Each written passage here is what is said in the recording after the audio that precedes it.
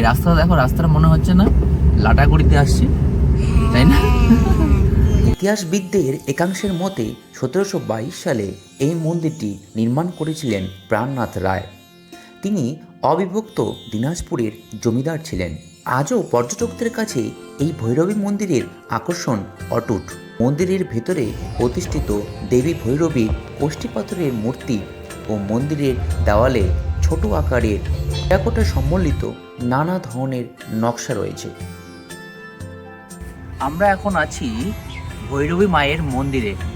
আর এই মন্দির রায়গঞ্জ থেকে প্রায় 26 কিলোমিটার দূরে ভারত বাংলাদেশ সীমান্তে বিন্দল গ্রামে অবস্থিত।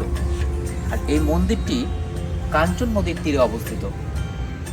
শোনা যায় এই মন্দিরটি 500 বছরের পুরনো। আর এই মন্দিরের ভেতরে রয়েছে যে মূর্তিটি, সেই মূর্তিটি কিন্তু কালো পাথরের।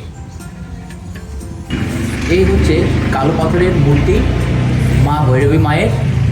শ্রাবণ মাসে খুব বড় করে এখানে পূজা হয়, মেলা হয় বিশাল বড়, অনেক ভক্তের সমাগম হয়। মন্দিরের দেওয়ালের কাজ দেখে বোঝাই যাচ্ছে মন্দিরটি কিন্তু অনেক পুরনো। আর মন্দিরের দেওয়ালে কিন্তু অসম্ভব সুন্দর কারুকার্য করা রয়েছে। চলো আমরা এখন ভৈরবী মায়ের মন্দির প্রদক্ষিণ করছি। सद्गमय तमसो मा ज्योतिर्गमय मृत्योर्मामृतम्